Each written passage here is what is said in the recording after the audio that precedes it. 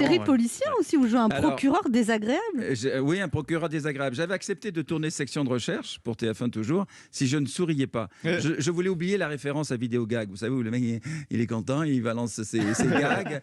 Ça a duré quand même. C'est toute mon enfance. Oui, mais 15 ans. Vous savez quoi? Ouais, 14 ans.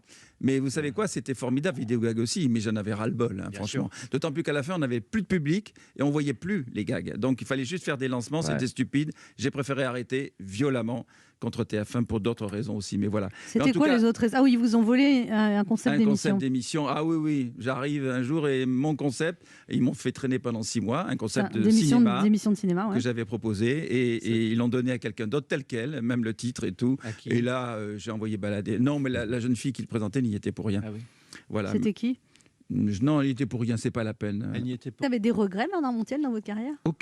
Aucun, parce que tout a été riche. Et puis je n'aime pas garder les choses mauvaises, parce que c'est normal, c'est un parcours difficile. Quand j'ai été viré, ça a été très violent en 2003. J'ai énormément souffert, parce que j'avais perdu totalement ma voix. Totalement, c'était un choc que je n'arrivais pas à exprimer. Et du coup... Mais vous dites, vous avez été viré ou vous êtes parti? Ah non, j'ai été viré. Mais j'ai fait exprès d'être viré, si vous voulez. Au bout d'un moment, moment, vous avez tellement gueulé que... C'est une balle, oui, vous êtes tiré une balle. Là. Ah oui, exprès, très volontairement. J'ai massacré tout le monde, mais donc c'est normal d'être viré. Vous étiez pas bien, c'était la mort de votre père? Oui, c'était une mauvaise période. C'était la mort de mon père, de mon chien. Mon chien, c'était terrible. Farouk, qu'on voyait dans les émissions, un labrador blanc.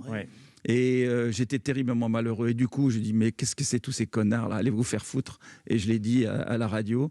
Et ils m'ont viré, c'était normal. Quoique Étienne Moujotte, qui était président de TF1, il dit, je suis désolé. Et d'ailleurs, dans son bouquin très récemment, il a dit, je regrette d'avoir viré Bernard à la suite de ça. Et je suis très gentil qu'il l'ait dit. Enfin, il m'a quand même dégagé.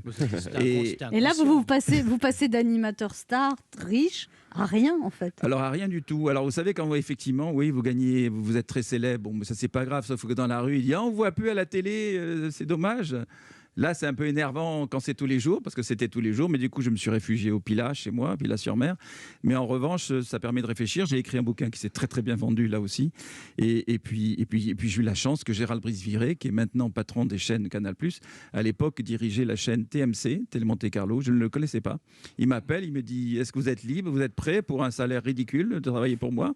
Je dis, bah, écoutez, oui, parce que de toute façon, j'avais aucune demande, aucune proposition. J'ai dit oui. Et ça a été formidable de travailler avec lui pendant 3 ans. Et très vite, c'est reparti. Puis j'ai fait France 2 et puis après, je suis reparti. Voilà.